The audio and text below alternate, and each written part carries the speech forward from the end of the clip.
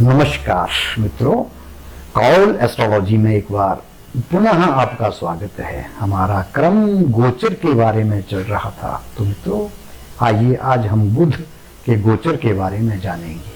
तो मित्रों, पिछले वीडियो में आपने सूर्य चंद्र मंगल के गोचर के बारे में जाना। अगर आपने वो वीडियो ना देखा हो तो प्लीज उसको भी अवश्य देख लें। तो आइए बुध के बारे में गोचर का फल हम जानते हैं। तो मैंने आपको बताया था कि जहाँ पे चंद्रमा स्थित होता है उसे बोलते हैं चंद्र लगन। तो कहीं पे भी चंद्रमा किसी की जातक की कुंडली में हो सकता है, उसको लगन की जगह पर रख करके उसको हम चंद्र लगन गिनेंगे। जैसे मान लो किसी का कर्क चंद्र लगन है तो हम ऐसे जानेंगे कर्क, सिंह, कन्या, तुला, वृश्चिक, धनु, मकर, कुंभ, मीन, मेष, वृष, मिथुन। तो मित्रों, आज हम बुध के बारे में जानेंगे। तो बोलते कि बुध गोचर वसा चंद्रमा से दूसरे, चौथे, छठे, 8वें, 10वें, 11वें भाव में शुभ फल देते हैं। कौन कौन से घरों में? दूसरे, चौथे, छठे, 8वें, 10वें और 11वें भाव में बुध शुभ फल देता है। बाकी भावों पर बुध अशुभ फल देता है। मित्रों, जैसे गोचर का बुध चंद्र लगन पर जो है संचरण करता है तो व्यक्ति चुगलखोरी में समय व्यतीत करता है। जातक अप्रिय शब्दों का प्रयोग करता है। धन हानि, बंधन का भय, छोटे छोटे झगड़ों के कारण धन की हानि तथा लोग आदर सत्कार भी नहीं करते हैं। संबंधियों को हानि पहुंचती है। यदि यात्रा में चलते हुए जातक का स्वागत भी हो तो भी उसको आदर नहीं मिलता है। तो इसी ही तरह से अगर बुध द्वितीय भाव में संचरण करे तो आनंद और धन आभूषणों की प्राप्ति होती है। अपनी भाषण कला से मनुष्य धन प्राप्त करता है। विद्या में उन्नति होती है। खाद्य पदार्थों की प्राप्ति होती है तथा संबंधियों से भी धन प्राप्त कर सकता है। तो बुध चंद्र लगन से यदि तृतीय भाव में संचरण करेगा तो व्यक्ति का मन डरा डरा रहता है। साहस में भी उसकी कमी रहती है।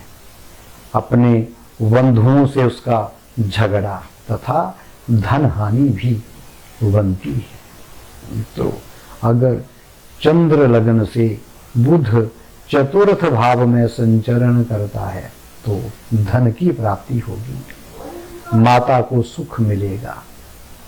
जमीन जायदाद की वृद्धि होगी।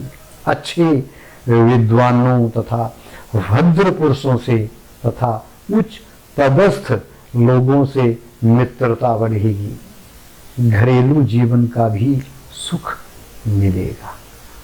बुध चंद्रमा से पंचम भाव गोचर बसात जब आता है तो मानसिक पीड़ा होती है। विचारित योजनाएं सफल नहीं होती हैं। पुत्र तथा स्त्री से झगड़ा होता है। आर्थिक रूप से परेशानी आती है।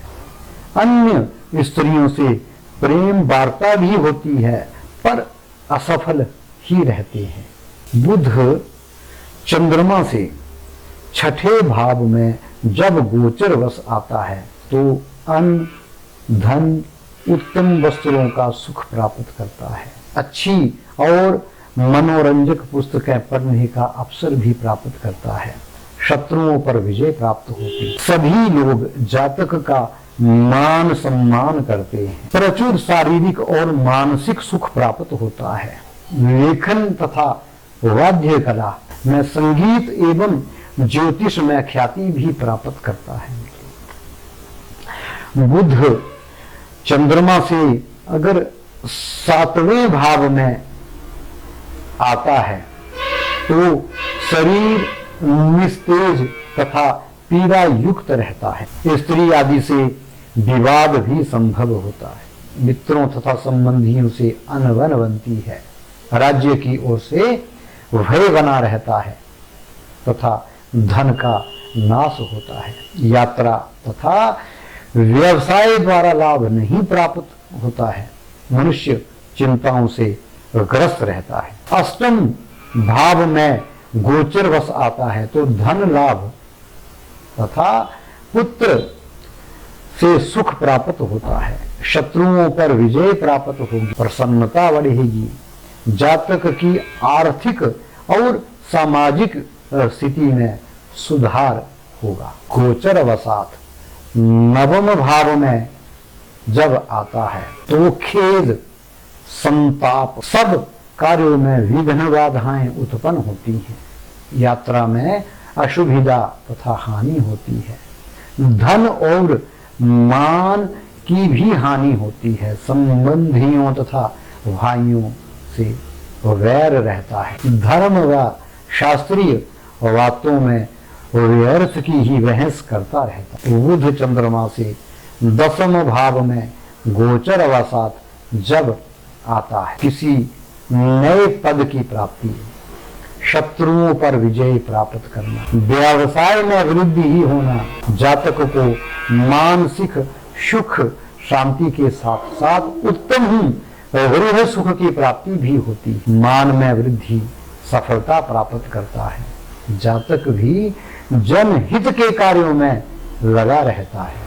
एकादश भाव में बुध स्वस्थ सुख, यश और उत्तम धन प्राप्त होगा। संतान प्राप्ति की संभावना रहेगी। शुभ कार्यों में प्रवृत्ति बढ़ेगी।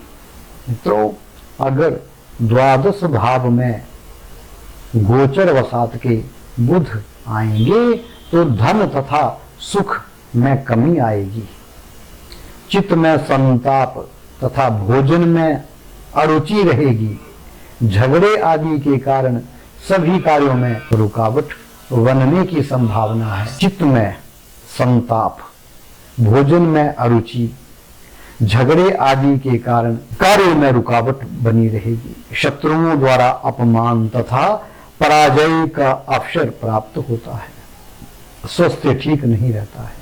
संबंधियों से भी अनबन बनती है तथा विद्या आदि में भी विघ्न बाधाएं आती हैं।